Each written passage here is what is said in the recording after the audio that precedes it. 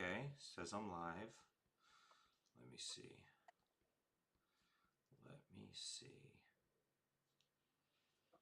I don't have my awesome starting music. There we go. Okay, let me try to select channel, this channel. Okay, cool. I think I'm good. Okay. Beautiful. Let's get after it, huh? Okay. Yeah, since I'm late to being early. Hey, you know what? At least we're getting done before 9 p.m. That's That's what really matters. that's true. But you know what I also am late at doing? I failed 2 weeks in a row now. I did. I even left a comment. I know. I even left a comment, dude. I was like, that's so awesome you left a comment. I was like, I should like totally build off of this and start a conversation, and I did nothing with it. Great. I love that you're trolling your podcast hosts. That's wonderful. So, welcome everybody. So, yeah, I mean, yeah. So, first off, let me just start by saying we're going to kind of mix it up today, Mhm. right? We're going to do a little bit of reactions. Um, I watch a ton of YouTube. You watch, I'm assuming, a lot of YouTube. Yep, We have a lot of opinions. So we're just gonna react to some stuff on top of just talking and doing a regular thing, right? Does that check out? that is exactly it. Sick. Yes. So where do you want to start? You want to watch something first? Want to give some people some time to get in here? We can just kind of chat for a little bit. Yeah, we can kind of just catch up, see how our week is, and then and then midway through, maybe talk about this random YouTube video I sent you. Yeah, Um, dude. so how was your week? What's up? What's new? What's good? How's the journey with you can't do anything? Are you like pushing your like I mean, what are we doing right now? Yeah, just a little, just to kind of fill everybody in. So I found a way to give myself a hernia a while ago.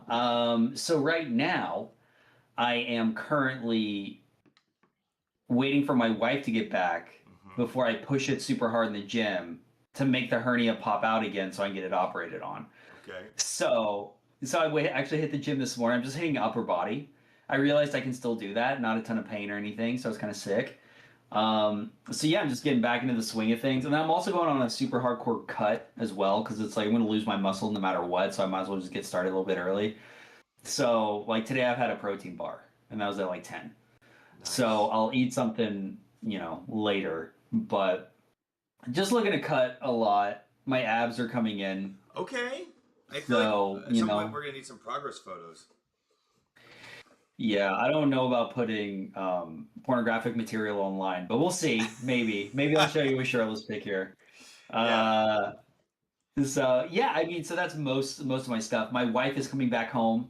She's been gone for a year. That's Just wild. kind of like taking care of family members. So she'll be back this weekend. So I'm super amped for that. Yeah, so I mean, life is relatively good.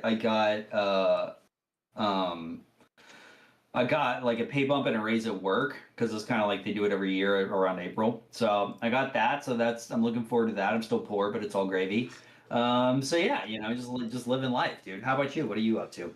Well, same old. I did not post my YouTube video or my Instagram like I said I was going to, but Why don't you tell us what you were supposed to yeah. do? So I am an awesome extroverted person who can make friends with anyone, and so CP here was like, "Yo, Zach, I need to know how to ask random people to spot me because I can't hit 225 yet." I was like, "I got you, big dog," and I'll make a video about how to ask someone.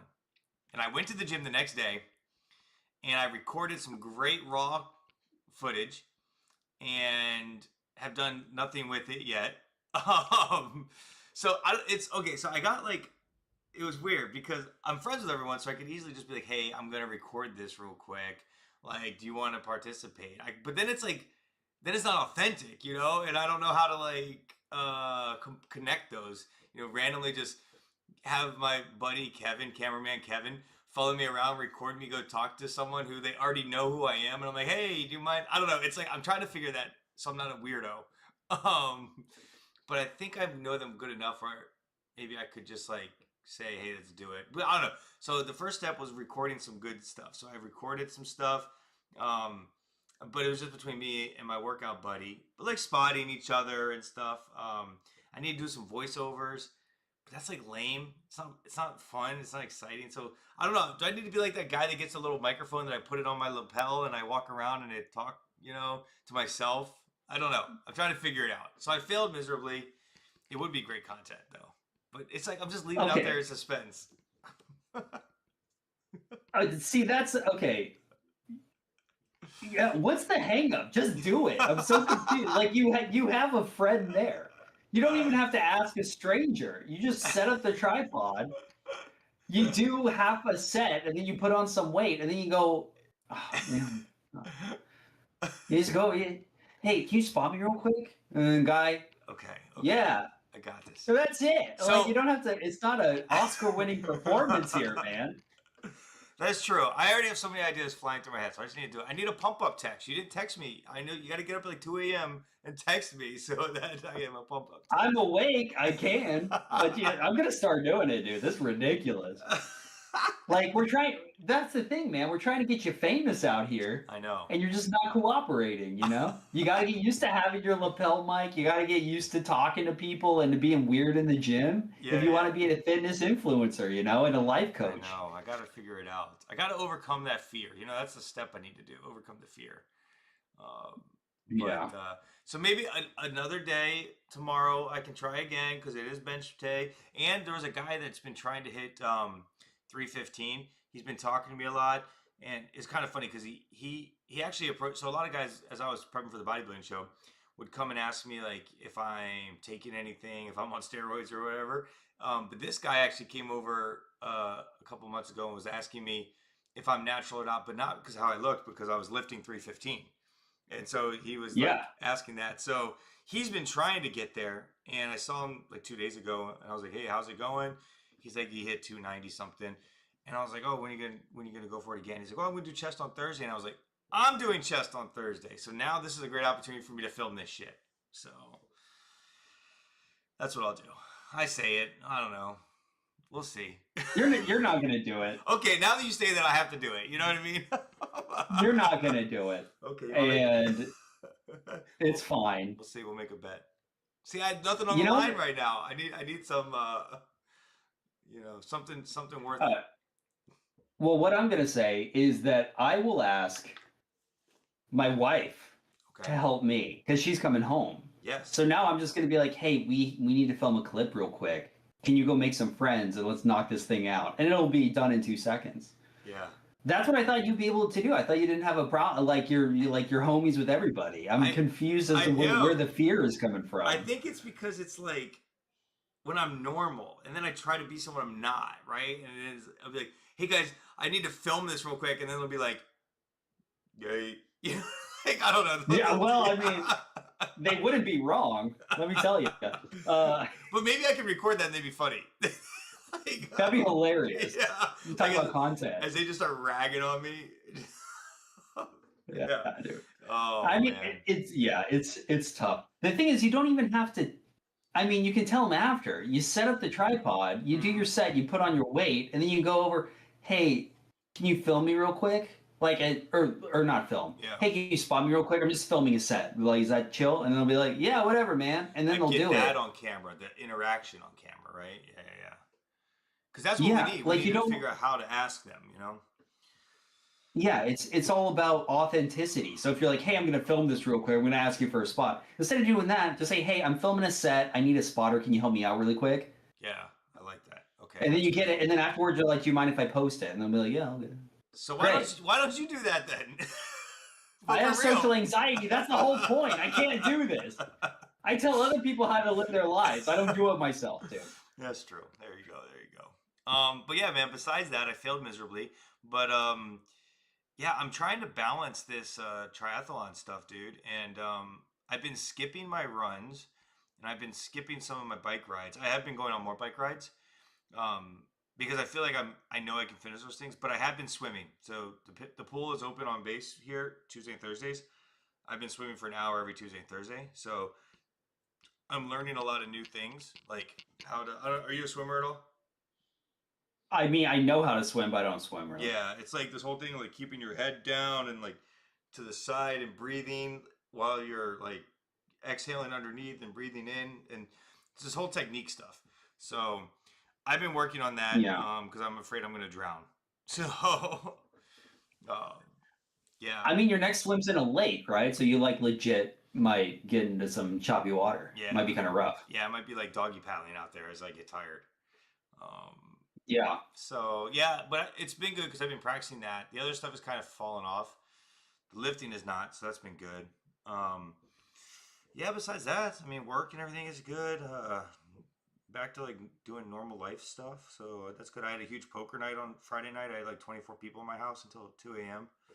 So, talk about social anxiety. Had a ton of people over, hosting and How stuff. does your how does your wife handle all that? Is she Uh, just like, oh, it's great, I love it, or does she just like go upstairs and it's like, just leave me alone? Tell me when they're gone. yeah, kind of that. And this last time I got a text at like 1 a.m. It was like, when is everyone going to be gone? It's getting late.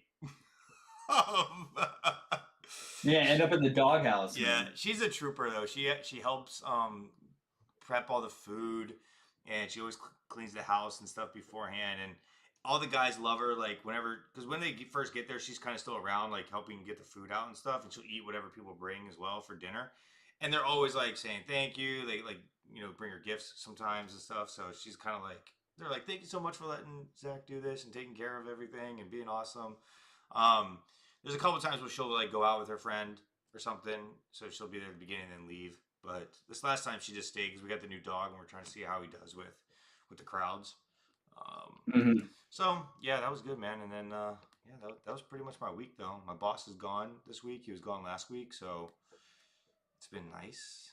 Um, yeah, I just got my eval done from him. I think that happened last time, but I got my eval done from his boss, and it's so so. So I'm deciding if I want to have like conversation with him or if it's even worth it. So I kind of want to be like, why do you think I suck? Like what? Why? Yeah. Like just what is it about me that you don't like? You To your know, boss or to your boss's my boss? boss's boss, because my boss like gave me a decent eval. My boss's boss, he's been there 2 years now. He gave me a really bad one last year, like bottom, like I was like his worst. And then he barely moved me up, and there's still probably like I think he's written on. Let me think, like 17 um, other majors, and I'm number 14. So yeah, there's a lot of. What, dude? Why do you suck? I don't know, man. I was talking to another guy at work today about this. I don't understand. I don't know what it is. Like, I honestly have like this imposter syndrome and this like failure syndrome and everything about I suck. And I'm like, but I'm not lazy. Like, and I'm awesome at certain things. So why does my job hate me? I think it's because I'm not a company man. I think it's because I'm almost more like enlisted than officer, Y- and that Yeah. yeah, and I think that rubs a lot of them the wrong way. Um, I don't know, man. It's weird because I'm not very good technically, but I don't think when I look at it objectively, I don't think a lot of my peers are either. They just act like they are. They just like drink so much Kool-Aid. They're like, oh my god, this is the most important thing ever. And I'm like, yo, officers, we just fucked things up, so I just need to stay out of the way. What do you need me to sign? How can I help you with something? Like stop. I don't need to put my ideas over you, and like that makes other officers uncomfortable because it's like, what are you doing here then? But that's the way I was, raised, and I think that's the best way to build a team and buy-in from the other people. I don't know though, because it's like I'm obviously not lazy because I do the marathon, do the bodybuilding, ran the nonprofit, do all these other things, um, play in different community groups. Everyone at work loves me. Like they would all follow me to the end. So like that's weird. I don't understand. Um, can't figure it out. Well, I would suggest that you work on it because Yeah. that doesn't make any sense. At least like the way that you tell me how it works Mhm. Mhm. is that there's very few competent people, and you are one of the competent ones. Um, Mhm. but apparently, your leadership doesn't agree. Now, that does make sense though. Yeah. That you're more of like I'm gonna let the people who know what they're doing do what they're good at. I think that's like a huge part of leadership. But do you lead? Um, Like, do you feel like you lead, or are you just kind of like very laissez-faire with the whole thing? Like, just do what you do. yeah, I'm 100% laissez-faire with it all. I think I don't lead there because my wings were clipped very early when I got there. And so I'm like, Hmm. okay, cool. That's like you don't want me to run with it. And I have a lot of great ideas of stuff. I actually told someone this the other day. When I first got there, I was super excited. I had a ton of great ideas. I had things that I wanted to implement. But we have a lot of civilians that work there as well. And I realized real quick, I'm not going to be able to implement any of those changes. And I had a lot of pushback. And so for me, it was like the cost benefit analysis of is this worth it for me to shove my ideas down everyone's throat? Or just, are you all good with how this is? I have no real problem with it. Because I think the biggest thing comes, it's not my passion, you know? So I'm not Yeah. so in love with like supply where I have to be like, oh my God, this is how we should teach it better. I'm like, I literally will tell the officers, yeah, like they come and like we have this exercise right now where I'm like the pretend CO, and then they'll ask me a question. And they're like, yeah, for the scenario, we're supposed to be doing this. I'm like, dude, I don't even know what you're talking about because I don't read the scenario. Like, what do you want me to do? Like, and they're like, oh, you think you're on the staff? And I was like, no, I'm like the pretend CO. And for real, what are you talking about right now? But when I like mentor them, I just kind of tell them how it is in the real world. I don't know. Like, I feel like you don't have to know all the details of everything. You just have to be able to work with your team. That's how I've always done. Like, like you said, I found the people that are good at certain things, empowered them, and then I fill in the gaps where needed. Right. But I think today's generation, there's a lot of people that want to do everything and they got to know everything and they got to be in control of everything. So yeah, and also it's. I mean, this is not going to shock you, but I don't live my life by following a piece of paper. So like orders or recommendations for me, and and that That might be a problem yeah in the military. that makes leaders uncomfortable. You know, um, Yeah, when but they tell you to do something and you're like, I may or may not do this, depending on how stupid I think it is. well, yeah, right. But I mean, I'll always do whatever I'm told, maybe. But Yeah. I will out like I will recommend stuff that goes against orders all the time to the boss, and then he'll be like, "But what's the order say?" I was like, "Yeah, but that doesn't make sense, sir. So like, you can decide like if you want to actually do that or not. I got your back." And I think they don't understand. Like, yeah, like I'm down with like openly, not just blindly following some piece of paper that doesn't make sense in this scenario and for this specific case. Like, there's so much nuance in things. Um, Yeah. so I don't know. Long story short, I suck, but I'm gonna figure it out. No, I get that. I get that. When I took over as a manager at my very small position in my team of like five, Mm-hmm. the first thing that I went in there and said, this is actually kind of hilarious because I told my wife that I said this, and she's like, "You're an idiot. Never say that again." Oh, nice. I met with all my team one on one, and I started every single conversation with, "I just want to let you know that I have no idea what I'm doing," I love and that. I that's how I and and my wife was like, "Are you stupid or what?" Because that doesn't exactly, endear a team to you. Like yeah, being honest does. yeah, But then when you start, kind of like, okay, now I have expectations for my team, and they're like, but you just said you don't know what you're doing, which they wouldn't say that, but like yeah. that's You kind of could the think that. implication. Yeah. That's a good point. Like, So what's that balance between being like? Because my boss says I'm too self-deprecating, and like to your point, they have to have faith that you know what you're doing, and confidence and stuff. But I think being honest with them and being vulnerable gets you. I mean, it'll get them bought into you so much. Um, so I think it's a fine line, you know. But I love it. yeah, If you said well, it to me, I'd be like, me too. Like, we're on the same page, sir. yeah, Hey, come. your your boy Sonny just followed me. Ooh, okay, Sunny. Sunny Money. Shout out to I love Sunny. and then Swift Keeper's hanging out as well. Yeah, he's probably going to be like, yeah, Zach is an idiot. He knows. Yeah. Um, Wait, does that bother you though? That what people think I'm dumb? Not that I don't think that they think that you're dumb, but like that you're underappreciated, or do you feel like it's just I don't want to be appreciated by a system that doesn't work for me kind of thing? Or is it more of like this bothers me that Mm, people aren't recognizing that I'm good at my job, that I do that like I have the loyalty yeah. of my Marines. Like or is it just like I just don't even want that recognition? Yeah, I mean, I don't really care for the recognition. It just it it bothers me when obviously now coming to this point, like my career is kind of like at this tipping point, you know. So like that obviously has implications. So that kind of just sucks.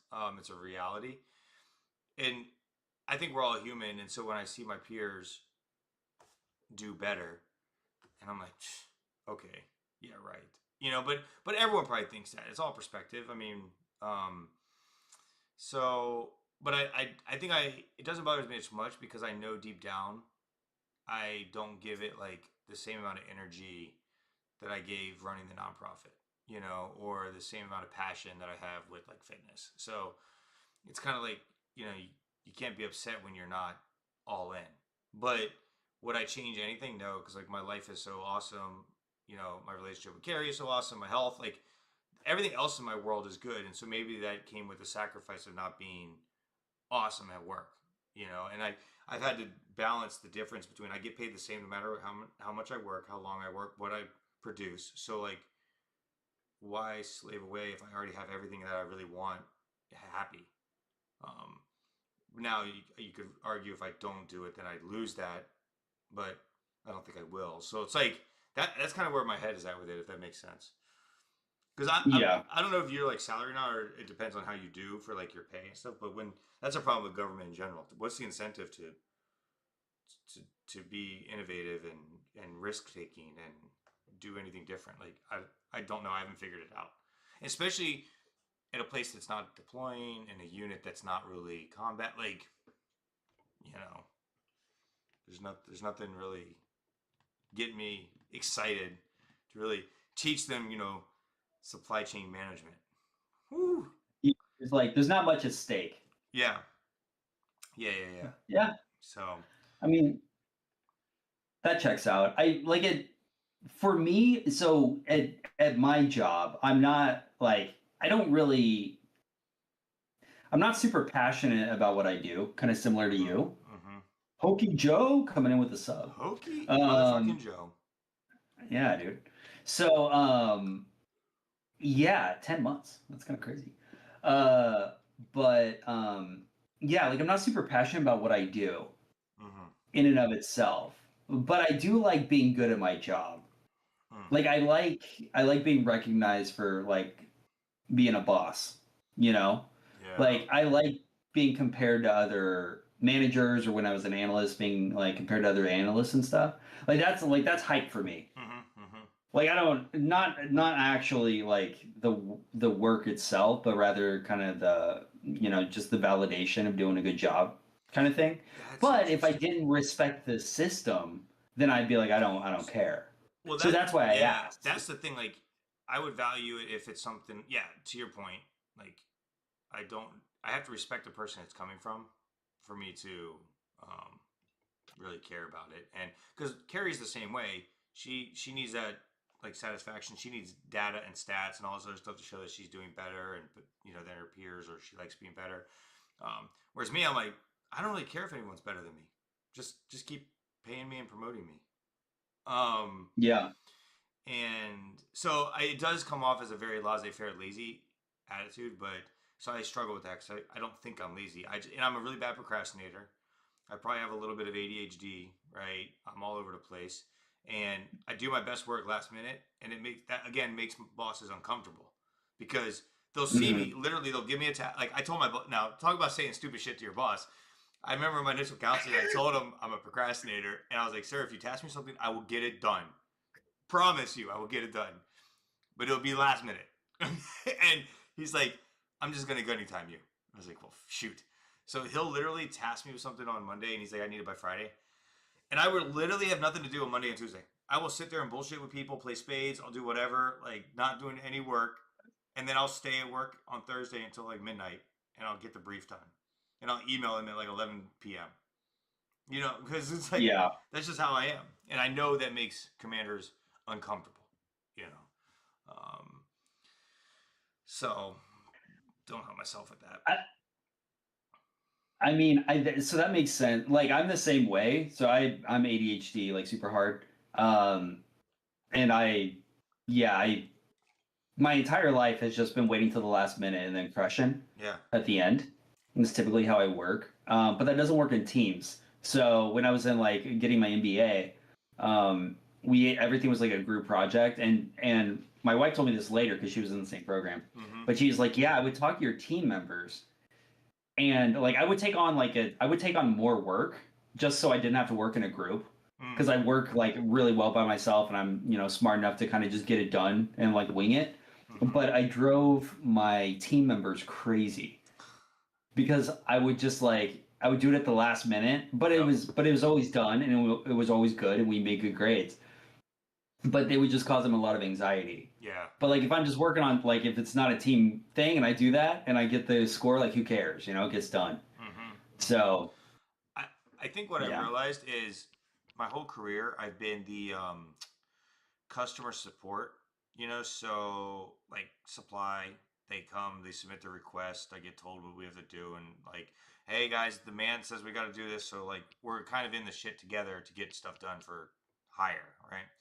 And even when I was like an H&S company commander a couple times, it's more supporting the line companies or the ranges or whatever. So it's always been support stuff. So now this is the first time I'm in a position as the operations officer where I am the tasker, and it's very hard for me to task things that I think are stupid. So like, because typically I would hold those things for supply. Like, no, we're not doing that. Like, I'm not going to waste my Marines' time. We're just gonna we'll miss that deadline or whatever. But now it's like I don't really have Marines that work for me. So when the boss says, "Hey, make this happen," like literally, I've been running a operational planning team for the last 3 months, 2 months, where we've been meeting twice a week from 3 to 5, and I literally don't really care about the thing. I'm just the ringleader of it all. I'm the one wrangling everyone and just making sure we meet, and I have to produce the brief, and then I'm briefing, getting my shit kicked in for anything that's wrong with it. But none of these ideas are mine. They're all the other people's ideas that are like contributing. I'm just collecting them all, and I'm like, this is so stupid. This is like not my thing. I don't want to do this. It's like all that kind of stuff. And I'm like, oh my god. yeah. So I think that's really difficult for me because a lot of people think, oh, you need to be like driving the ship and you need to be like innovative and want to do this stuff. And I'm like, status quo is good for me. Like I got no desires to be pushing us. It's such a surprise that you got a bad review. Yeah. No, like I mean, dude, you gotta not to tell you how to do your job. I'm going to. You gotta take the bull by the horns here, man. Like even if it is stupid. Well, whatever. Next time. Yeah. Like even if it's a huge waste of time, which trust me, I know all about huge wastes of time at my job. We constantly wasting time with inefficiency and stuff like that. But if you're just the receptacle to all these garbage ideas, why don't you just push people to have better ideas? Why don't you challenge people to actually be better? Like that's your job as a leader. Yeah. Even if you think it's stupid. I think that only works if people want to be challenged. You know what I mean? It's kind of like someone has to like want to get better to get better. And our current unit has a lot of really senior people, and it's kind of like, you know how you like just trust your gut and if someone's going to be like, I know when I talk to someone if they're actually going to go to the gym or not, and I'm not going to waste my time anymore if they're just like a piece of shit who's lazy and like. So I literally had someone, one of the Marines was like, "Hey, can you help give me some fitness stuff?" And I was like, "Are you actually going to listen, or am I going to waste my breath for 30 minutes and then you're not going to do anything because everything I've seen about you is not going to work?" Like, so I feel like that's with these people at work. It's like if me challenging them to get better would only create a toxic work environment. And because I can't pick our team, I can't control who we have or don't, because although we're leaders, we can't fire people. So you're Yeah. stuck with who you're stuck with. So, like by challenging them, like I literally had a conversation with one of the master sergeants the other day, and I was like, "This is what I'm thinking when we do this restructure, where everyone would go." Like the first idea I had, he's like, "That's fucking stupid. That's not going to work." And I'm just out of here if that happens. I was like, "Okay, pause. Like, we're just talking through some ideas right now." But because he's like, "I'll just drop retire. I'll just retire. I'll just drop. No, fuck it." Like, and I'm like, "Well, shit," because I could just tell you what you're doing. But that's not the way I like to run things because no one wants to work in a place that they don't feel empowered, you know.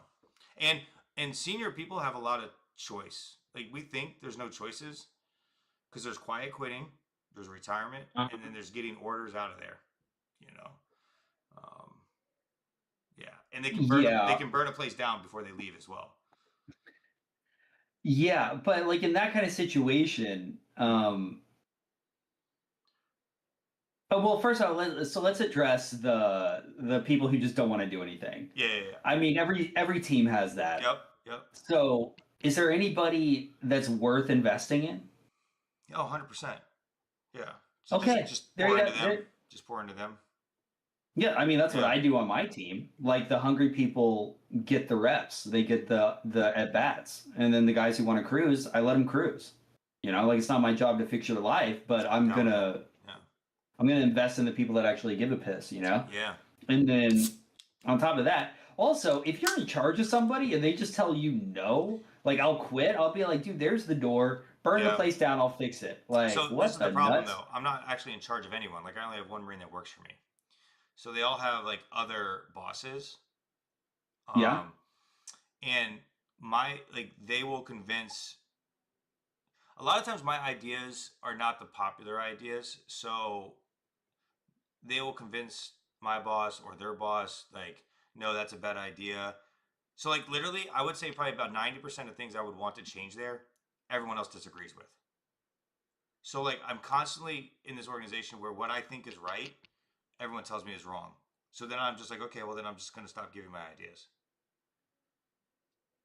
Okay, but are they good ideas or not? I think they are, and I think if it was me running it, right, it would work because it's me, my personality. But my personality is not the Marine Corps. That you see it like it's it. The problem is I would run a team like a civilian would be fine, like or like the nonprofit or whatever. Like I think it would work. It's me trying to fit this non-military mindset into a military frame, and so therefore it's like, okay, everyone thinks this idea is dumb, but I tell them to have faith. It will work, promise, but they don't want to. So I was like, okay, well then I'm not going to force everyone to just do what I think is right. Like if the whole team thinks it's, hey, I understand. I'll go with the masses. Like we'll do it your way, and I'll support what you guys want to do. But it's frustrating internally because you're like, well, either I'm stupid or it just doesn't work for this place. Because there's no way I'm not successful. Like if you look at my actual life data and stats, probably with all these successful Marines, I'm statistically more successful than a lot of them. Like marriage, wealth, investments, like physical fitness achievements, extra education. So it's like I can't be that stupid. Like I don't know, or I've slipped through the cracks hardcore. I don't think you're stupid at all. Also, SwiftCuber just told me that he does cocaine with his boss. So we all Yes, have I different need ways that. I of, need of that making things happen. relationship. I need that relationship. That's how Yeah. you build trust. But yeah, I mean, Yeah. I totally see where you're coming from. I Yeah. totally understand. If you were on my team Mm-hmm. and I was in charge of you, I would say, look, if you have confidence in what you're talking about, then you need to push it. And there's like, you don't have to change everything. But Yeah. if you have a small idea that everybody doesn't buy into, you can just be like, look, trust me on this one. Oh, start small. I have all this success with all these Marines. Like this is an idea. I know it's a little bit different, but just give me a shot. Talk to your boss, make sure he's on board. Mm-hmm. And then it's like, he said it's chill. Just give me the grace to just try it out. And then just slowly build your wins. Yeah. Instead of just being like, oh, everybody else wants to do it this other stupid way that has been fine, but not great Yeah. for the last 30 years or whatever. Like, when I took my team over, I was like, we're changed. Like, these are my expectations. This is what I want out of my team. Even if I don't know what I'm doing, Hmm. I've at least earned the respect to get to where I am. I got the promotion because I can do stuff. Yeah, You know? that's a good point too. Maybe it's because in the past I've had like direct teams that work for me, and this is the time where I don't really have a direct team that works for me, but I can task everyone. So it's like there's other teams within teams. You know, it's just, and I think it just becomes harder as you're now managing other leaders, you're managing other supervisors, but they have the autonomy to run their section how they see fit, but you're trying to just rudder steer, you know, like you're not directly doing all the little changes. So maybe it's a little bit more difficult. But I mean, yeah, it's hard to yeah, tell other people how to run what they want to run. Like if someone tells me how to do like run my team, yeah, you're then like, get fucked. again I'm like I will seriously consider maybe talking about that at a meeting, but I love we that. have a It's way like a polite way of that saying like, no, never. yeah, like if it makes sense or if it's, kind of fits within kind of my leadership paradigm, then I'm in, right? Like I'll kind of like listen Yeah. to it. I get orders all the time that are really I don't agree with and that I have to implement. Where I'll take that same tactic that you do, where it's like none of us want to do this, but we have to do it. Like I'll do it in certain situations. Other situations, I'll be like, I have a quality standard and y'all aren't hitting it. Mm-hmm. So let's talk about it. Yeah. Like, what do I need to do to get you to do what I'm telling you to do, kind of thing. Yeah. But also, like, I can't tell another team how to run. That'd be Yeah. hard. Yeah. So I get that. So that is tough. Yeah. I think I just need to fast forward 5 years and retire.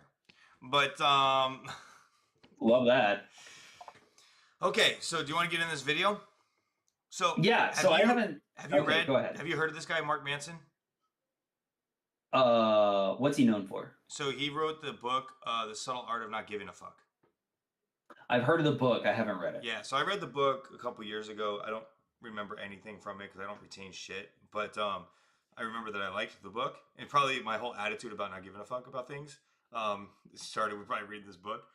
So this video he posted today, and the title is like, he just turned 42. It's his birthday, and if you're in your 30s, you need to listen to this. And I was like, oh my god, we are in our 30s. We are doing a video. We said we want to react. This is like fate. So I watched it while I was driving to work today, so I was kind of half listening. So I think he goes, it's only like a 10-minute video, but he goes through 42 things that he, like, is advice, I guess. So what I was thinking is, if you want, we could listen to it, and then just, if one of them were like, whatever, we're not interested in, we can just like gloss it over. But if we're like, hey, like, wait, let's talk about that, and then we can kind of say, yeah, that's a good nugget, or that's stupid. What are your thoughts? I love that idea. Hell yeah. So let's do it. I was gonna say 42 is a lot. I was gonna say we can like bunch them into fives and then like stop and talk, but we can Okay. also like I'm sure a lot of these are gonna be like irrelevant. So Yes. Yeah. Okay, let me see if, and hopefully you can hear this through mine. Let's see if this works. Um, Tell me if you can hear this. yeah. Okay, he needs to hurry the fuck up. Give him a second, Today is dude. my 42nd birthday, and these are 42 life lessons that I had to learn the hard way. Fear occurs in proportion to importance. The more afraid you are to do something, the more likely it's exactly what you need to do. Record my video tomorrow. Best relationships only come once you've learned to be at peace alone. Confidence already is the disagree with ability both to of these. unapologetically like yourself. Self-discipline is the ultimate form of self-care. Not bubble baths, not treating yourself, but the most loving thing you can do for yourself is to show up and do the hard thing you know your future self will thank you for. Boundaries only piss off the people who benefited from you having none. If someone gets angry, when you Pause start it. saying, Pause it. Okay. Okay. So the first one was what? It was, god damn it. Let me, hold on. Let me see if it's in the, hold on, let's just go back. Okay. Well, okay. We don't even have to go through all of them. You said you didn't like the first two. So I can't even remember. I just remember that I disagreed. But so I know he definitely said that confidence comes from being unapologetically yourself. How do you feel about that? Do you agree with that? Confidence comes from unapologetically. What did he say? Confidence what?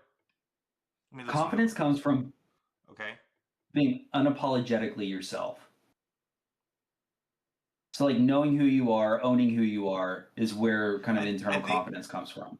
I think that's part of it. I wouldn't really call it confidence. I would like intestinal fortitude, but like confidence is overcoming like doing the things that make you uncomfortable and doing them anyways. You know, like um, build your confidence. So I don't. Maybe I don't know. Why? What's Yeah, your thoughts? maybe I don't know. That just doesn't strike me as like right because like there's some things that I'm super confident in, and there's other things that I'm not.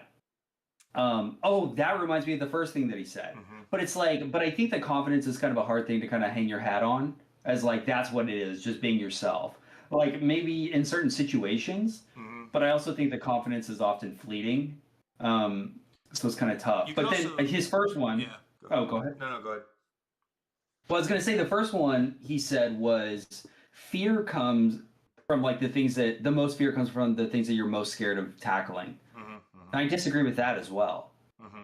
I think so much fear, at least like in my case, right? So like we're talking about social anxiety or whatever.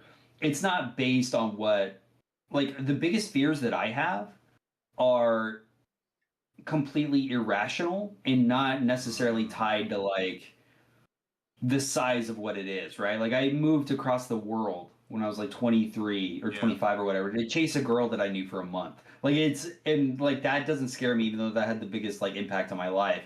But I'm scared to go and ask somebody for a spot, which is an Yeah. incredibly small thing. Yeah. So Yeah. I think fear is definitely like I get where it's coming from. Yeah. I know that these are like things that you know write on a post-it note and put on your mirror to Mm-hmm. make yourself feel better. Yeah. Um, I kind of agree with you on that first some of point them too, because hit. I've done a lot of.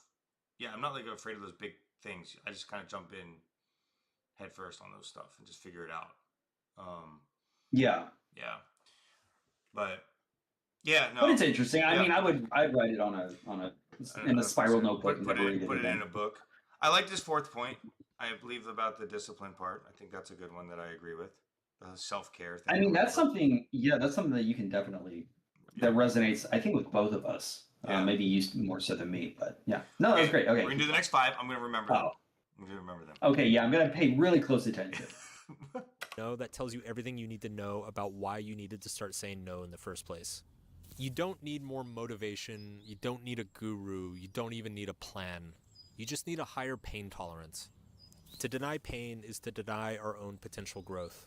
Every meaningful thing you've learned about yourself came from a moment of hurt, not from a podcast, not from a book, but from a moment where life smacked you in the mouth and you had to figure out what to do next.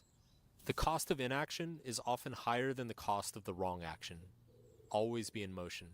Strength is not being tough, it's choosing not to turn into an asshole when you have every right to be. Anyone can lash out, anyone can get revenge, but it takes something else entirely to absorb the hit and still treat people with decency. The most important thing family teaches you is how to love somebody you don't necessarily like. The I don't remember the first ones already. I liked number 9 about not lashing out. I think that's a good point. You know what I mean? Yeah, I think that that ultimately comes down to control, right? That's something Mm-hmm. that I've always thought about is like people who lash out. It's like you're really showing that you're kind of a punk, you know? Yeah. Like you can't handle the stress. Mm-hmm. Mm-hmm. So I definitely agree with that. I think so. He mentioned how pain Yep. is. I think this was number 8. Like overcoming How it. pain. Yeah, it's like you're when you try to insulate yourself from pain. A lot of times you end up doing more damage than just kind of going through the hardship. Yeah. Which I totally agree. I think going through the fire is often the best way of you know like make like learning something from it. Yeah. And You it kind know. of ties into the other one he had about like always like inaction's worse than the wrong action or whatever it was. It seems like a lot of it's just like you gotta put yourself out there and try things, and then you'll learn through those failures, um, and learn through those successes by just doing it. And at the end of the day, it doesn't matter if you fail or succeed because fuck what everyone thinks. Like I think that's like what he's trying to get after. It seems like. Yeah, I mean, St. Draco put it in a really good way where it's like, it's all about internalizing what's going on. So instead of listening to a podcast, like someone listening to you and I talk about, leadership or whatever the nuts, like that's not going to change anyone's life. But if they can take that and then put it into a context that makes sense for them in the situation that they're in, Mm-hmm. that's like, and they internalize that and they're like, how do I apply this to like my life? As opposed to, at least like me, like, so we talked about ADHD earlier. I can listen to stuff and have, like, this is a perfect example. We just listened to 5 points, we forgot 3 of them. Yeah. And that was 10 seconds ago, right? So, like, if you don't, like, latch onto it and then shove it in your face, then you're not really going to learn from it, right? And Correct. there's no better way to learn than to, like, touch a hot stove, a few times, and then you're like, I'm not doing that again. Yep. So, yeah. Awesome. Okay, here Cool. we go. Struggles never get easier, you just get better at bearing them. This is important because people keep thinking they'll reach some level where things stop being hard. They won't. You just stop being surprised by the difficulty. Most time management problems are really just fear management problems. You're not procrastinating because you don't know what to do. You're procrastinating because the thing you need to do scares you. That's me. And watching videos like this on YouTube is an effective way of feeling like you're doing something without actually doing it. Not every Facts. problem needs a solution. Some simply need time. See? Some need acceptance. Don't need a Some problem aren't actually solution. problems at all. Yes. They're just discomforts that you've taught yourself like to this fix instead of feel. When life gives you lemons, lean back and squeeze that shit into your eyeballs. Then stare back at life and say, is that all you got, motherfucker? Emotional intelligence often looks and sounds like silence. It's the pause before reacting. It's choosing not to win the argument. It's knowing that sometimes the most powerful thing you can do or say is nothing. So I like that last one. I think it's similar to some of the points earlier. It's like just patience, control, like we were talking about, not lashing out, listening. Like there's always these sayings like you have 2 ears and 1 mouth, so just listen to people. I like the lemon one because it's funny. Just like head on, just say fuck it. The one where he talked about a problem and it's not really Procrastination? a problem. Well, no, so there's that one. I agree. No, he said something about there's a problem, but understand it's not really a problem. It's just like how you feel about something, or the So not all problems need to be fixed. yeah, because I think Yeah. that ties into like, and it's funny because you're talking about how we didn't remember things. I remember that because I directly related it to how we're doing something at work right now. Like we've been trying to solve a problem, but it's really hard to solve a problem. Maybe just people are just expressing themselves and it feels like a certain way. We just have to let that marinate and then let's just get over it. It's kind of like when you're arguing with your wife. There's really no problem to solve. You just have to wait time and okay, there's really no problem here. We were just irritable or whatever it was. So what do you think? Yeah. Yeah. No, I totally agree. I think, a lot of this is about, so he's talking about like emotional intelligence, right? So just slowing down, recognizing that it's like, you know what, this isn't the hill that I want to die on, right? Like my relationship with whoever I'm talking to, whether it's a coworker or spouse or whatever, a lot of times, it just needs kind of air. It needs to air out. It needs time to breathe, and that kind of goes back to the other points that he was making. I mean, I buy into that. What do you think about his procrastination point? So procrastination is not fear of getting it done or whatever. It's like you're scared about something else. Yeah, I kind of like agree, but not that it's afraid. I think it's, for me at least, it's more of either I don't know, right? And so maybe I'm procrastinating because I don't know how to do something. But a lot of times I think we overthink it because then I always end up figuring it out. So obviously I did know it. I think it's just more of like, for me, it's something I'm not passionate about. So therefore I procrastinate on it. I don't think it's afraid. At least that's the thing. Because there's a lot of fear things he talks about. And maybe it's like just our personalities, the military. I don't know. Like I'm not afraid of a lot of this shit. So yeah. Yeah, I'm kind of on the same page where it's like I feel like perhaps he's talking about when I procrastinate, because I procrastinate all the time and I'm incredibly good at it. And I've been doing it since I was like 3. So I'm just reinforcing kind of like those, that circuitry in my brain where it's like, you don't have to do it now, you can do it later. And then in for me personally, and I read an ADHD book that kind of put it in a really interesting way. I'm terrified of being bored. The idea of being bored is like it just ices me. But recently, I think we talked about this maybe a few months ago. I've been trying to purposefully make myself bored Yeah. in order to kind of get over that. And it's been, I kind of fell off like a month ago, but like it was really helpful because it was like, oh, I can be bored and it's not the end of the world. I have a really active imagination, so I just like I'll just mentally check out and it's great. But it did help with my procrastination as well of just like realizing I'm terrified of being bored. Yeah. That's what I'm actually worried about. And that's helped a lot with the procrastination. Like it's okay to be bored. Like you're not going to die. Yeah. You don't need to be stimulated all the time. Yeah. So I kind of see where he's coming from. I don't think it's necessary. Like, yeah, it's hard to take these, you know, like fortune cookie inserts and like really dig deep into them. But I think there's a lot of value here. You know. Yeah. The older I get, the more I realize there's wisdom in simply letting other people think they're right.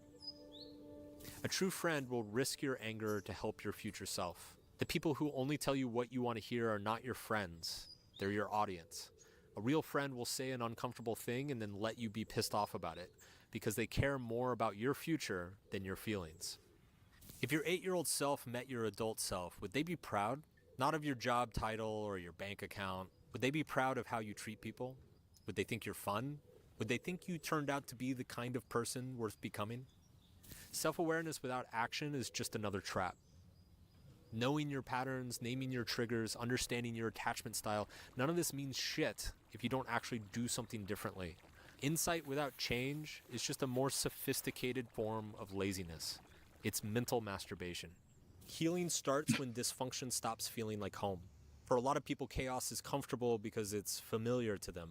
And the first time they experience a healthy relationship or a calm environment, it feels boring. Your ancestors survived centuries of floods, wars, famine, slavery, and plagues for you to sit on the toilet and compare your life to people on the internet you've never met. Be grateful, motherfucker. You don't... That's one way to put it. Yeah. I'll let you go first. Yeah, I mean, so on this one, man, I'm trying to remember what he said. What's some of the stuff he said? I already forgot. Yeah, so the last one I liked, comparing yourself, which is super Oh, important be grateful. Yeah, in today's age of social media and all this other stuff. So I agree with that one. He talked about being bored in the chaos that we all operate in. I think that is a thing. And for me, I see this a lot at work. People just hide their actual problems by being busy with other stuff, right? Like they don't want to go home to their problems, or they don't want to so they'll stay at work, or they'll do some other stuff instead of working through those things. He talked about just like introspection or whatever, but not do anything about it. So just being aware of your problems. Oh yeah, the mental masturbation. Yep, that's right. And then I liked his point about the friend thing, because that was the first one. Like the friend's telling you that you're an idiot, like, and being okay with that. Yeah. So on that, thank you for reminding me. See, you're way more freaking dialed in than I am. But remember, I suck at work, so just That's true. That's true. Yeah. So in the case of having good friends, that's something that I always try to be that way. Not like as a jerk, but just kind of like there's some like earlier when you're like, yeah, I'm not really feeling it. I'm like, nah, dude, you got to do better. Yeah. And like you do the same thing for me, right? Like I think that is incredibly important to have good friends. Like I'll talk to people who have friends who aren't. They're not really friends. I don't think. They're just they're not buddies. helpful. They're drinking buddies. They're like whatever. Yeah, it's like let's all just sit around and it's like a circle jerk of kind of like mediocrity. Yeah. It's like what are you doing? You know, like push like see the potential in the people that you invest in, and then push them to reach it. You know, and like I would hope that my friends would do that. Yeah. Saint Draco really liked number 18, which I think is the one where it's like self-awareness is useless if there's no action behind it. I totally agree. And I fall victim to this all the time, where I'm like, I know everything that's wrong with me. So as long as I'm self-aware, like that's what matters. And it's like, no, You have to do something because about you're it. actually not you're not actually self-aware if you think that knowing this is enough. Yeah. Because that means that you don't understand your motivations, you don't understand how you operate. Your brain is being hijacked by this false self-awareness, when in reality, if you really understood yourself, then you would be pushing. Yeah. Yeah. Yeah. So yeah, so that's a thing. Um, yeah, so I think these were some really good points. Yeah, these ones are good. Actually, what do you think? Yeah. Or do you just want to keep plugging along? Yeah, no, yeah, we'll plug along. I agree though, and I think I noticed this thing with the friends stuff when I gave up drinking. I realized this was a Oh big yeah. thing. Like, I would go to the brewery still and hang out with people, and I'm like, what are we doing here? Like, no meaningful talking, no pushing each other to be better. And so when I tied that into the fitness stuff too, like my workout buddy Kevin, we become really really good friends, and he's almost now pushing me more to like better our gym routine and stuff like that, and like just help his life, because that's all we're doing is just pushing each other to be better. Um, so it's hard though, because like going back to the work conversation we had earlier, it's hard for me to then apply that in that aspect. You know what I mean? That's something I have a hard time. I can really push my friends to better their personal life or their fitness or whatever. I have a hard time pushing people in their professional career. Um, I don't know why. I feel like that's the easiest way to do it.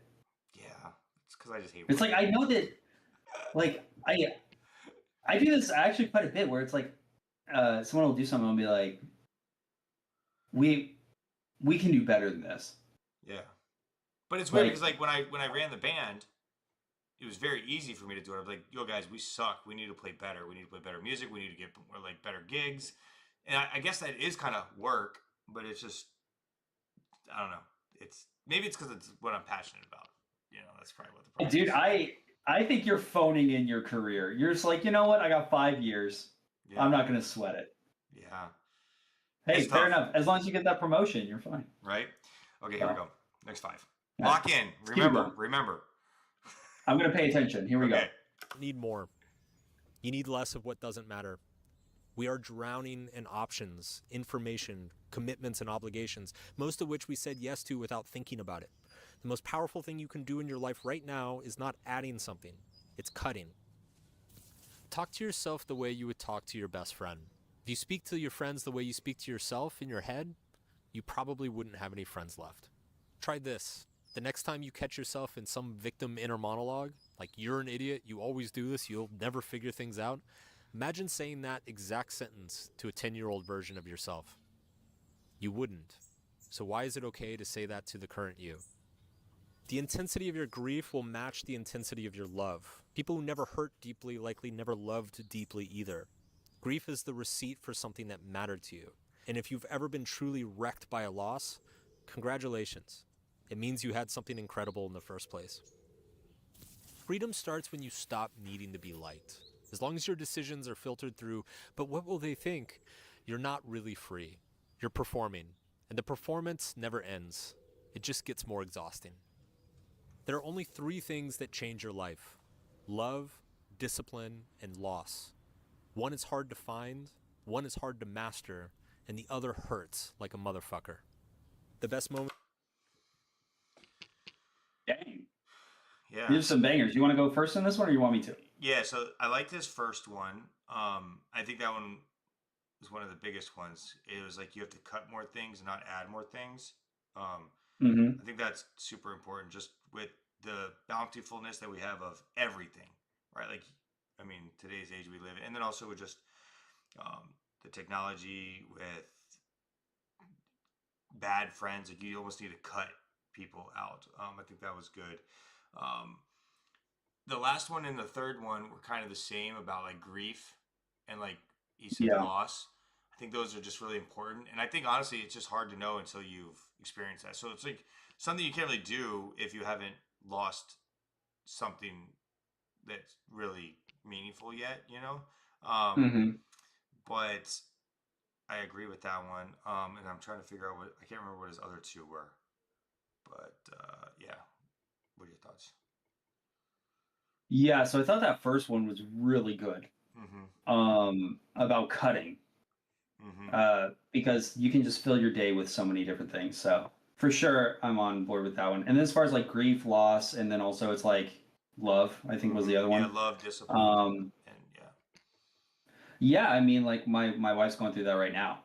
Mm-hmm. Just kind of like going through the pain of losing her father. So I lost my best friend way back. That really hurt. My first girlfriend that I broke up with, it was so bad that I joined the Marines. So it's like, like I get it. Yeah. Yeah, that's tough. That's one of those things that just in the context of like the breakup. So not like losing friends and stuff like that, but Mm-hmm. like in the context of the breakup, like people who are I see this all the time in like kind of the incel world because I guess I'm kind of looped into that algorithm somehow. But maybe I'm self-reporting. But yeah, they're always talking about it's like just their entire worldview is all about like why would I go out with somebody who's just gonna break my heart kind of thing. And I'm always like, dude, that's such a great opportunity to get to go through that hardship and to get to go through that like very human thing that everybody goes through. Mm-hmm. Like it's a rite of passage in my opinion. So it's like why Yeah. wouldn't you go get your heart broken? It's like it's great for you. Um I might so have, yeah, yeah, I might like have take those things for granted, right? Because I had like a girl I dated for 5 years, gave up a full ride, like all these things. But it's just like maybe to your point, like maybe that's just part of like being young and dumb and growing up. You make a lot of mistakes yeah. and figure shit out. Um, and then I just think it's funny now because we're not old yet; we're still in our 30s. But my nephew is 22 or 23 now, and he just got newlywed and stuff like that. And I'm just like, man, this guy's an idiot. And I'm just thinking back when I was that age. Even when I have these young lieutenants coming through, I'm like, they're so stupid. I was like, man, I was Yeah. stupid. It's kind of one of those things. The other point I remember now what he said was having the inner conversation with yourself, and you wouldn't tell your friend or yourself like that when you were a kid. Like, oh, Oh, that's right. yeah. Yeah. I don't know if I necessarily agree with that one because I don't. Well, maybe I do, but I don't think I down talk myself internally. Like when I'm talking with you, I do, but I actually don't think I truly. Well, let me think. I don't know if I truly believe that to my core because I think I'm an all star and awesome dude. But so I don't have those internal struggles like at night when I'm laying there. I'm not like, oh my god, I suck, whatever. It's more of like a external to someone else. I'm like, yeah, I'm not really giving it my all. But I don't know. What'd you think about that? About the self talk, and then would you say it to your friend or your younger self? Yeah. This is actually really interesting. So, when we got married, my wife was like, "You got to go to therapy. You got to fix this social anxiety thing." I was like, "Great, awesome. Let me go talk about my problems." Um, but that was something that I realized. The therapist was like, I was like, I love myself. I think I'm awesome, you know. But then I realized every time I'm in like a crowded room or anything like that, I try to find a wall and blend into it. Hmm. And it's like, so for example, we had a big kind of like kickoff meeting at work last week. And then afterwards, they serve food and everyone talks and everything. Every single time I'm in a situation like that, I just make a beeline for the back so I can go back to work. Yeah. And I'm just internalizing this thought of I'm not good with people. That's not really negative self-talk. That's not like, the end of the world. But by me continually telling myself that and just immediately getting out, like fight or flight, every time I'm in that situation, that's negative self-talk. And like I do talk bad about myself, even though I love myself, but I'm Hmm. still like, there's just certain topics where it's like you're just not good enough. Yeah. You're not Yeah. going to change. You're never going to be enough, kind of thing.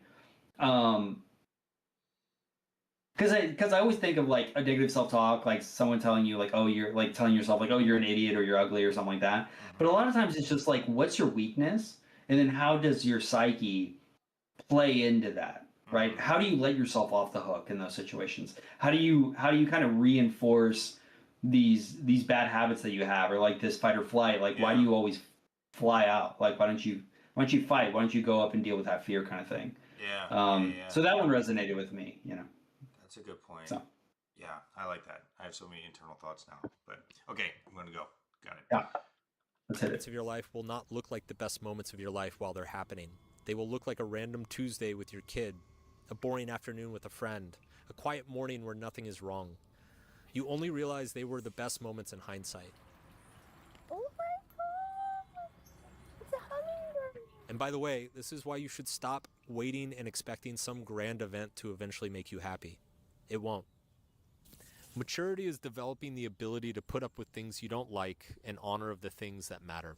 By this definition, adulthood is what is not fun but worthwhile, and childishness is what is fun but not worthwhile. Forgive yourself for not knowing earlier what only time could teach. We tend to judge our past selves by our current knowledge, and that's just not fair to our past selves. Be gracious with your past failures. They are what made you who you are today. You can't build self-worth by trying to be like someone else. Whether in art, fashion, watches, or people, counterfeits are always worth less than the original. The whole point of self-worth is that it comes from the self, not from a curated imitation of a bunch of douchebags you saw on the internet. Growth doesn't threaten real friendships, only fake ones. If you change your life for the better and someone resents you for it, then they weren't really your friend, were they? They wanted you to stay where you were because it justified them staying where they are. Except Yeah, I guess I'll kick off this one. That first or that last one, Mm-hmm. I always see people posting online about this kind of thing. I've never, at least as far as think, I've never had a friend who's really like wanted me to kind of fail Mm-hmm. kind of thing. But I think it it's. is, Yeah, go ahead, sorry. yeah. What do you think? No, no, go ahead. Well, going back to my earlier example, like when I gave of drinking and stuff, I don't think it's people want you to fail, but I noticed subtle things. Like no one overtly comes out and says it, but Mhm. it's how they act and the jokes that they say or the things that they say. And maybe it's because I didn't tell them to shut the fuck up, but I think it makes people uncomfortable. They're not going to say I want you to fail, but by you succeeding, I think they internally know that they're not doing the best that they can, and eventually, like the friendship will grow apart if they're not keeping up or if you're not holding yourself back because you're just gonna have to part ways at a certain point. Yeah. You can still be friends maybe, but it's not going to be the same as it was when they were like, you're getting drunk on the weekend every weekend in a bum ass apartment together, But if I'm elevating the life and they're continuing to do that, like, so I don't necessarily think it's they want you to fail. I think it's just subconsciously they're upset with themselves and they just don't know how to vocalize that. Yeah. Okay, yeah. What about the other ones? Well, so let me ask you. Okay. So the one where he talks about don't fault yourself for not knowing what you can only learn with time. Mm-hmm.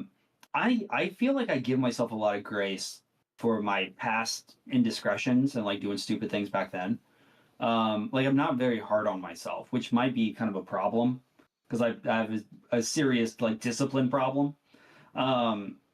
What do you think about that? Like when you look at your past, do you feel like I should have done better? Oh no, mm-mm. I'm the same as you. I think like Yeah. I look back and I miss those days of being able to get away with being stupid and dumb and have fun. But I think it like kind of our point earlier about breakups and stuff. It's kind of what made us. It's like we had to go through those to make us who we are today. And so we did learn from those mistakes. I think the issue we have, at least me and especially in my career, but just in general, I don't think we are hard on ourselves. I think we judge others too harshly. So when a young person Mhm. makes a dumb mistake, we're like, well, why don't you know better? Like I see this and again. I don't have kids, so I don't know. But like when they get mad at their kids, I'm like, do you not remember when we were that age? What we were doing? And it blows my mind that parents just are oblivious to. Of course, their teenage kids are sneaking out, getting drunk, and trying to get laid. It's like, so I feel like we're too hard on other young people because we are judging them with what we know now instead of remembering what it was like to be that age. Yeah. No, I that totally checks out. And then I think the other thing that he mentioned that like the good days are the ones when you don't, it's just like a standard day. Mhm. I totally agree with that. Like I've done some really like kind of crazy big things that were like, oh, this is like the launching pad for like a sick memory. Yeah. But then a lot of other ones are just like, sitting on the side of the road eating a hot dog in Mexico kind of stuff. And it's Yeah. just like this is awesome. You know? So yeah, that one really resonated with me. Yeah, all my like my get-togethers with my college buddies. Every year we do a get-together, and there's going to be these big epic trips and we're going to do some fun stuff or whatever. We always end up just talking about these memories from college, or like it's just these random little stupid things that are the big thing, not the actual trip, not the whatever we spent the most money on to go to. It's like some stupid little thing with it. Yeah, it's always those inside jokes, from just something kind of innocuous going on. It's like, yeah, this is wonderful.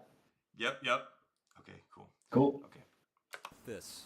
You don't have to prove anything to anybody, including yourself. Yeah. I'm sorry to break it to you, but it's impossible for someone who destroys your mental health to be the love of your life. If they make you anxious, insecure, or constantly unsure of yourself, it's not passion, it's trauma. We walk into parties, dates, job interviews, obsessed over whether these people are going to judge us or not. When the real question is, are they worth impressing in the first place? The people who are best at making everyone like them are the most empty at 40, because they spent 2 decades building their personality based on other people's preferences instead of their own. And by the time they realize this, they have no idea who they are or what they want. When you live your life according to what other people want, you're outsourcing your dreams to people who don't have to bear the costs of achieving them. Chances are nobody asked you for your fucking opinion. This is good. It means you don't have to have one. Opinions have a way of imprisoning you and enforcing a view on the world. Try having fewer of them. So that last one, I have a lot of opinions on things. So that's interesting. But I think I do a good job of keeping my mouth shut about them. And honestly, I will tell you, as I started caring less about politics and world news, my life has been better too. So maybe that checks out. I thought of you when he said when you go to a room or like, what do these people think about me and all that other stuff. So how does that resonate with you? I am constantly worried about embarrassing myself. And by trying not to embarrass myself, I end up coming off as cold and also embarrassing myself and making people think like that I'm like kind of like I'm not very nice. Yeah. When I like to think that I'm nice. So it's like my exterior kind of like shield actually makes the problem significantly worse. Which again, this goes back to the what's the point of self-awareness if you don't fix it? That's my problem. I have this self-awareness that I'm a freaking, like, I got some social things that I got to figure out. I got to be able to talk to people, but I won't fix them. Yeah. Because I'm not willing to face that fear, Yeah. So yeah, no, that one hits quite a bit. I like, because the theme of that one was like, you don't have to impress other people. It doesn't matter what they think. And then the other one right after that was people that care about if they just like you or not. And I know they call it likership, in the I don't know if they say that everywhere, but Marine Corps, likership versus leadership. Yeah, I've never heard that before. Oh yeah, it's a big thing. So like, if they like you, then you're a good leader. Not necessarily, but I will say it sucks being around people that don't like you, and it's just miserable. So I think the hard thing is to get people to like you without that being your focus. Just by being a good dude or just charismatic or whatever it is. Or competent in your job, whatever they value. The first one I think was interesting when he said you don't have to prove anything to anyone, but then he adds, including yourself. And I feel like that is, like, I think on face value, I was like, oh yeah, that makes sense. Yeah, fuck everyone else. But then I'm like, how do you push yourself then? Like, you should have to prove something to someone. Like, you should have to prove yourself. Like, if I'm taking an objective thing, like I want to run faster, I have to prove to myself that I can run faster. I have to prove to myself that I can be, like, I think you can prove something to yourself. Maybe not to others, but if not, what drives you? I don't know if that makes sense. No, that does make sense. I'm in the same boat as you. And also I actually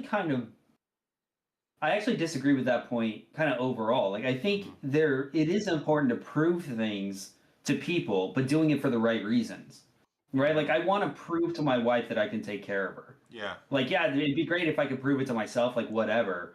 But, like, I think that there's things that are worth sacrificing for and worth kind of putting things on the line for. And also for proving not only to yourself, but to the people around you, right? Like, if you can prove to your team that you're competent, that you can take care of them, that you can lead them in the right way. That's important. And you may have to push yourself to do that for their benefit.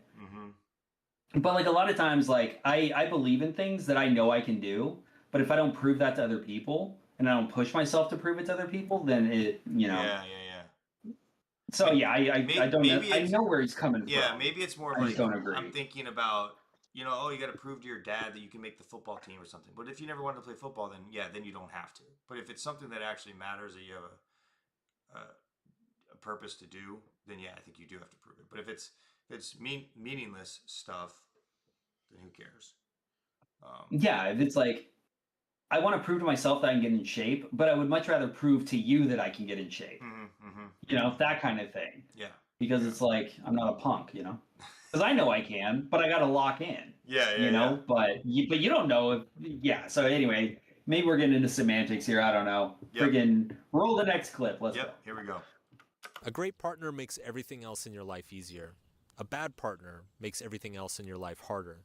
People will obsess over their career decisions, their body, their investments, but your romantic relationship is the single highest leveraged decision you will ever make in your life. Motivation is a feeling, and feelings come and go, like the weather. The people who actually change their lives are not the ones who found some magical inner fire. They're the ones who learned to keep moving even when it sucked.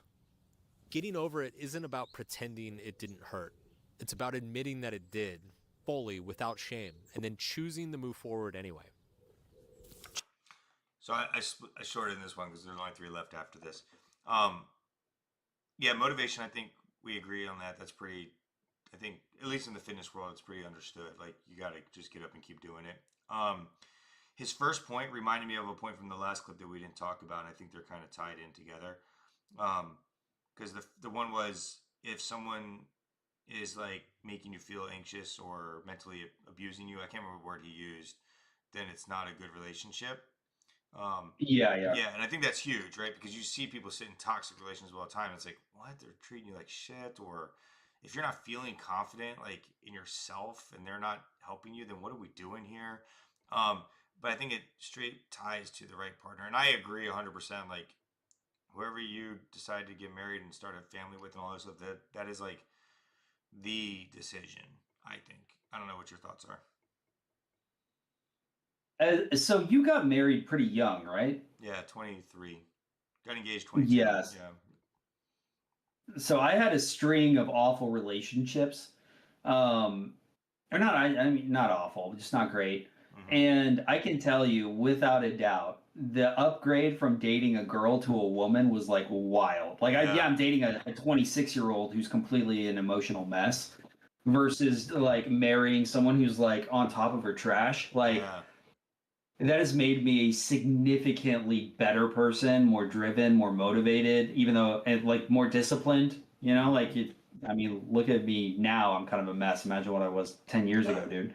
So like, I absolutely agree with that one. Marrying the wrong person is a death sentence. Yeah. And like, it's just like, it's so I common. had a friend. Oh, it is. Yeah. And then it is. I had a friend who said, like, the highlight of his day was sitting in the parking lot before he had to walk into his house. Or his apartment, because it was just like he had to deal with his girlfriend. And it's like, what? Like, and I know that feeling. I used to when I got in good shape in COVID, is because I could get out of the house, dude. Like, holy nuts, Yeah. So, yeah, I totally agree. Like, getting stuck with someone bad just sucks. Yeah. I mean, I was so glad because, like, I mean, Carrie, you're talking about like finding a woman versus a girl, like 100%. When I met Carrie, I was like, she had her shit squared away, and she locked me up real quick. She's like, yo, you need to stop being a fucking wild. So it was good. Okay. It's a game changer. It's awesome. But let's wrap this up. We're running along. Chances are many of your problems are the result of achieving the dreams of your past self. You wanted the job, now you have the stress. You wanted the relationship, now you have the arguments. That doesn't mean something went wrong. It just means that you leveled up and you have a new set of problems. Learn how to take moments and be grateful for those problems. The world rewards people who go first because so few of them do. You'll face more rejections when things go wrong, but you'll get all the credit when things go right. Fear kills more of your dreams than failure ever will. Most people think that they've failed when they really just never even started. They rehearsed the failure so many times in their head that it felt real, and then they use that imaginary failure as an excuse to never even try. Adulthood starts when you stop waiting to be saved. No one is coming to save you. Not a partner, not a mentor, not a windfall. The moment you accept that you are the only one responsible for your life is the moment that your life begins.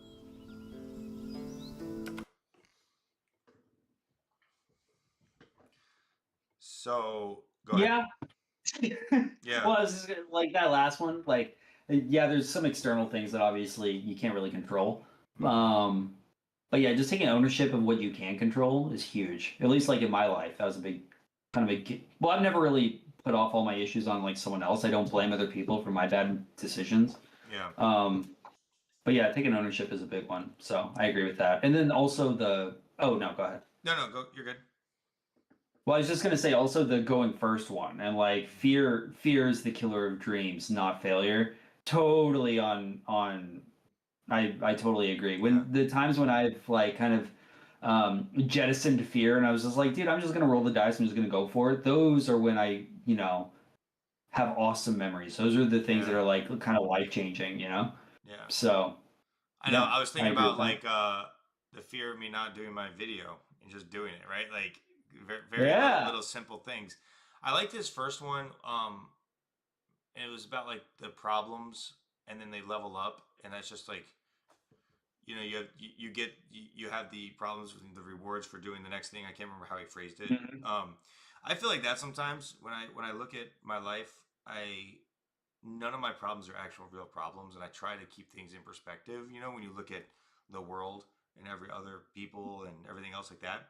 But maybe it's and this kind of maybe is that point. Like my problems are just different than others because I'm moving up. I'm challenging myself, so my problems just become different problems. I don't know if that makes sense. Yeah. Yeah, I think he phrased it like the problems that you have now are because you're living the dream and like the successes of the past, and with those successes comes, new issues, right? Yeah, yeah. So it's like, oh man, I was so sick of being single and I'm stuck in a relationship with someone I don't like. Or oh, I really want to be married and now I'm married and now I have to support a family kind of thing. Yeah, Where it's like, yeah, you have to take, the good with the bad. So yeah, like I'm on the same wavelength as you. Like life is going pretty well. Yeah. All things considered. Like I'm sitting here, on a Wednesday night talking to the homies. I got myself a little streaming set up. Like Yeah. life is good, So Right. yeah, just kind of just appreciating that is big. I'm gonna see if there's anything else. Let me just play real quick, see if there's any wrap up things, and then we can maybe hit the comments and call it a day. Yeah, man. I don't know what he's got here. Some Zen-like stuff. I like his bonsai trees. Yeah, he's probably out there in California with you. Yeah, I need to go hang out with him. Studio space. Um, So much production happening. No, I remember this earlier. They just come out and sing "Happy Birthday." Oh, it's That's kind of okay. cool. That's lame. They were like, "Oh, we have another take to do," and so he thought they were doing another take, and then they came out saying "Happy Birthday" to him. So No, yeah, must be nice. right. Yeah. So, what'd you think? It was fun. Yeah, I think, yeah, it's the problem with the list is that I forgot everything. There's too many things. If it was 10, then we could have gone one by one. But Yeah, 42, you gotta 42 is a lot. get through it. And some of them are very similar. There's like theme. There's a big theme throughout there. Yeah. Yeah, and some were applicable, some were a little contradictory. But in the end, I think it was fine. I think this is probably great for someone who's 20. Yeah. Maybe it's a little shallow for me. I don't know. Yeah. I think us digging deeper was better. Yes. Yeah. I'll put it that way. Our reaction gives it the substance it needed. So Perfect. now you had a couple comments in your chat I see here. Yeah, dude. Actually, the comment section was popping off. Last podcast we had like 3, and now we got a whole freaking list here. There you go. Yeah. So first off, everybody thinks Atomic Habits is an awesome book. Wait, hold on. So you have it, of course. I haven't read it. Yeah, I gotta read that. I gotta read it. Yeah. So that's one. Let's see what else. I finally got a bot back in the chat. I haven't had a bot in forever, but go to Stream Boo if you want fake stuff. So bias neutrality. This is the guy who wrote the book, The Subtle Art of Not Giving an F. It's that guy. So what is? I don't think he's a charlatan. Yeah, what does that mean? I don't know what a, the definition of charlatan is.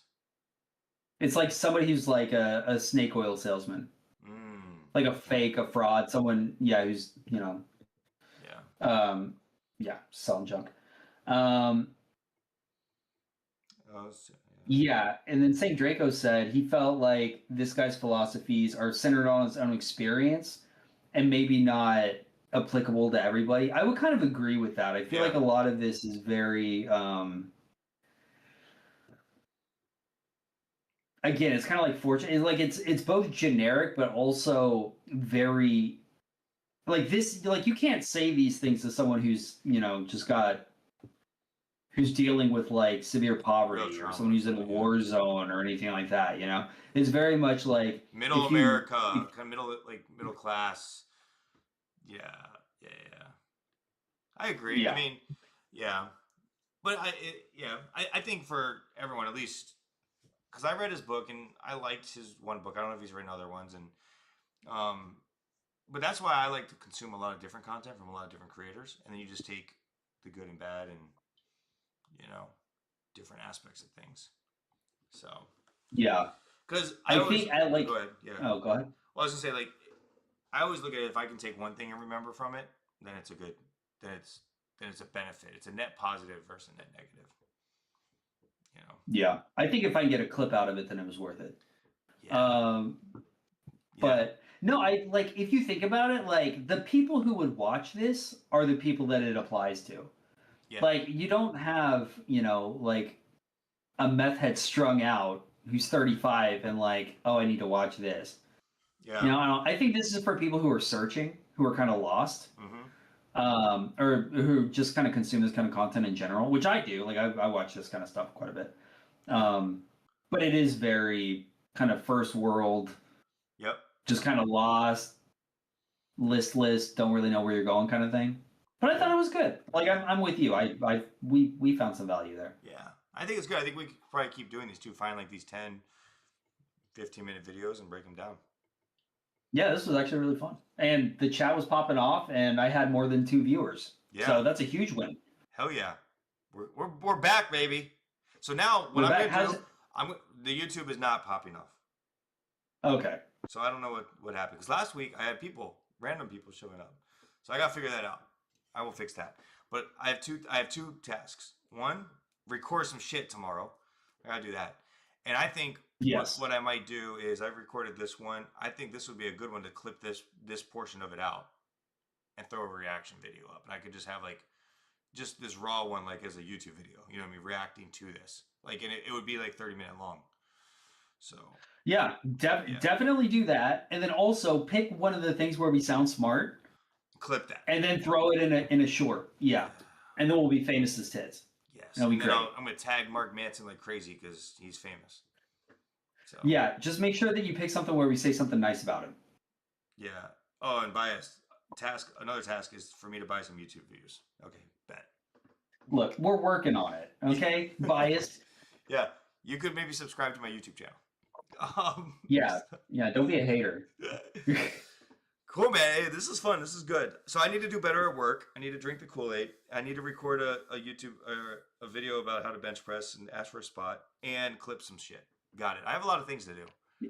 I'm gonna tell you, if I can get my wife to the gym before our next episode, I'm gonna film a clip and I'm gonna post it. I don't know what it's gonna be of, but I'm gonna be in the gym and it's gonna be a clip. So get ready for it. Okay. You know what? I'm gonna hit 315 tomorrow just for shits. Okay, that's what I'm doing, and I'm gonna record it. That's there. Yeah. I hit 185 today. Yeah. We all have dreams. Hell yeah. So get after it. Cool. Well, thank you to everyone in the chat. Thank you. Oh, what's your YouTube? Let me link it really quick. It's Zomig12. Ugh. Right? What a clever freaking name. You could go follow the Determined Man. I shared Oh, one of those. jeez. I saw you say you were gonna kick it off again. I was like, I where are know, those? right? It's too much work, dude. Right? Like being famous is hard. Okay, so there's the link. You good to wrap up? Yeah. Cool. All right. Well, here's another episode. We had a good time. Let us know if there's something you want us to react to. Drop it in the Discord or whatever. If not, then we'll just keep picking stuff. And yeah, dude, I love the conversation before the reaction as well. I thought that was actually like kind of hard hitting. Yeah. It was I good. got something out of it. I So that definitely was got sick. something. Yeah. I- Cool.